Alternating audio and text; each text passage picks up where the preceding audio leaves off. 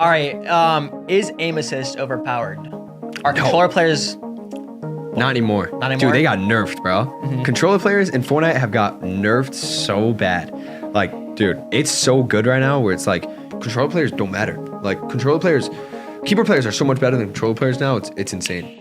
Over the years, Fortnite has created many disadvantages for controller players, either doing it on purpose or by simply creating them with new additional mechanics they add into the game. But what is the real reason Fortnite has done this? We can all agree that Fortnite's player base is primarily made up of controller players due to their larger player base on console. So that brings us to today's video, uncovering the sad truth of why you should no longer play on controller. Let's start with the most obvious one, aiming. In order to understand this topic, we need to start from the very beginning where players consider aim assist to be overpowered. That, my friends, would be Chapter 1 and Chapter 2. During these two chapters, many keyboard players would be complaining about aim assist, so much that Fortnite decided to remove legacy aim assist in Chapter 2 by replacing it with exponential and linear. Main source, the main juice of this post is not about the settings that they're adding. It's right here. New controller aim assist. We also remove the ability to use target snapping, aka left trigger spam. Everybody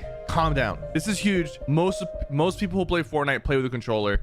This is huge. But what does that actually mean? Aim assist just got destroyed. Not completely, but it took a huge hit. Little did Fortnite know that these two settings would arguably be better than legacy, so it was safe to say that keyboard players weren't satisfied with the addition of linear and exponential. So Fortnite took action and nerfed it in version 12.50. This build includes an aim assist change which made 240Hz aim assist act like 60Hz aim assist. This once again did nothing. It only made shotgun aim slightly worse and gave an additional reason for controller players to hop into the box with an SMG or AR. So what did Fortnite do once again? Well, they decided to nerf it by 30% in Chapter 2 Season 3. That, my friends, was the last time they nerfed aim assist. Well, not exactly. Later on in Chapter 3, Fortnite decided to change how aim assist would work on certain weapons and certain scenarios. New chapter AR, the MK7. I'm spinning, literally no aim assist, bro. And then switch to the old chapter AR. Look how much more sticky that is. It's sticking onto him. Like, all right, new season SMG. Spin around, little bit of a slowdown, like for a frame. Old SMG,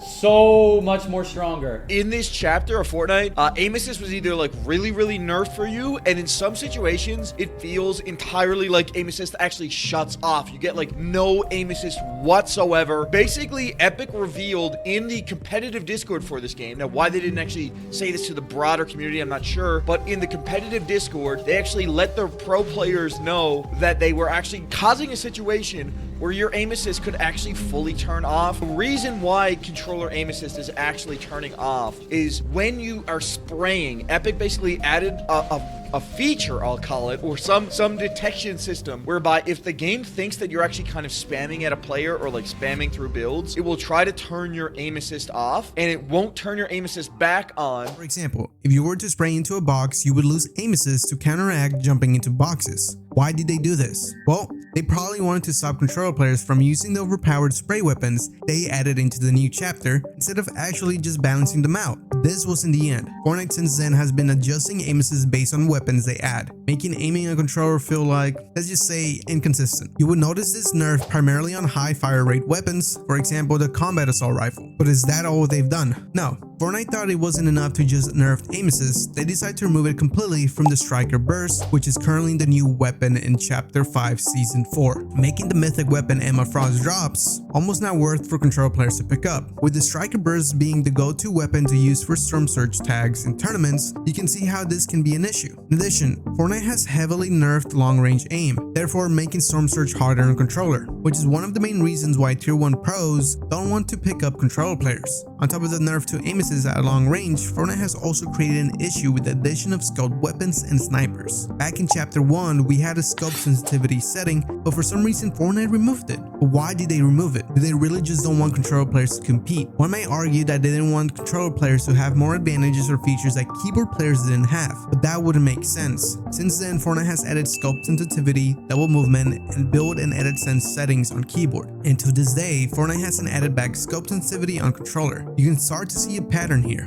Fortnite might actually just not like controller players. But that's not all that is holding back controller players from competing at a high level. Over time, mouse and keyboard players have evolved and developed a high skill ceiling due to their optimal use of keybinds that controller players don't have. One of the most infamous keybinds is binding reset to the scroll wheel, making it the fastest way to resetting a wall with just one motion of a scroll instead of clicking the edit button, then the reset, and finally the confirm button on controller. As you can see, being able to reset and edit with just one motion of a scroll can be very overpowered as it eliminates any potential error when trying to reset and edit. On top of that, you can also use the scroll wheel to pick up items. This bind allows keyboard players to pick up multiple items at the same time instead of individually pressing the pickup item each time on controller. While this might seem like a small advantage, it actually is very important in endgame when getting a refresh, and also very important for off spawn if you decide to take a 50-50. In addition, you're able to switch to any item slot with just one press of a button instead of using L2 and R2 to switch between weapons. If anyone has ever played on controller,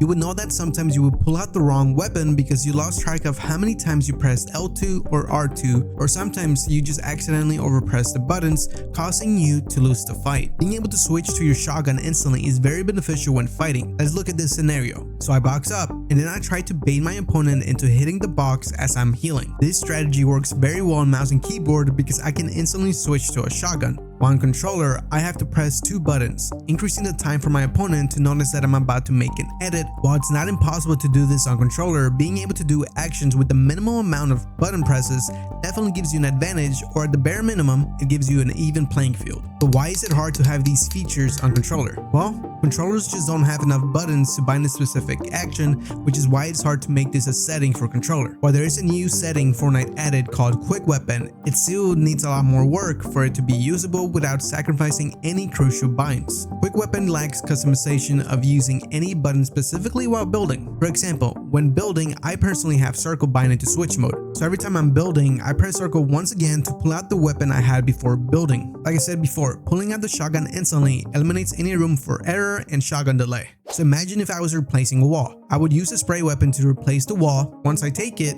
I can press circle to instantly switch to my shotgun, and then I can edit and eliminate the opponent. Being able to do this will definitely help, but there's still a big issue of lack of buttons available on controller. So that brings me to the next point. Fortnite just keeps adding new mechanics or features that require a bind. The most recent example is sprinting. Sprinting changed the game a lot. Being able to master this new mechanic will let you get hide on your opponent, and it will also allow you to get some crazy angles and shots on them. So what other mechanics Fortnite added gives controller players a disadvantage? Well, how about bullet drop off? If you didn't know, aim assist slows your crosshair when it goes over your opponent, meaning that aim assist is useless at long range because your crosshair needs to be ahead of your opponent to count for the bullet drop off. So a simple aim assist buff at long range would probably not solve the issue for aiming, since this new mechanic would make this useless at long range, which is where aim assist primarily struggles. So let's recap. Fortnite seen players had an issue with aim assist, so they nerfed it. Not just once, but multiple times, and to this day they keep on nerfing it on certain weapons. Furthermore, they saw mouse and keyboard players didn't have double movement or build and edit sensitivity, so they gave them a setting for it. But somehow when they add a meta that requires you to use scopes on ARs or snipers,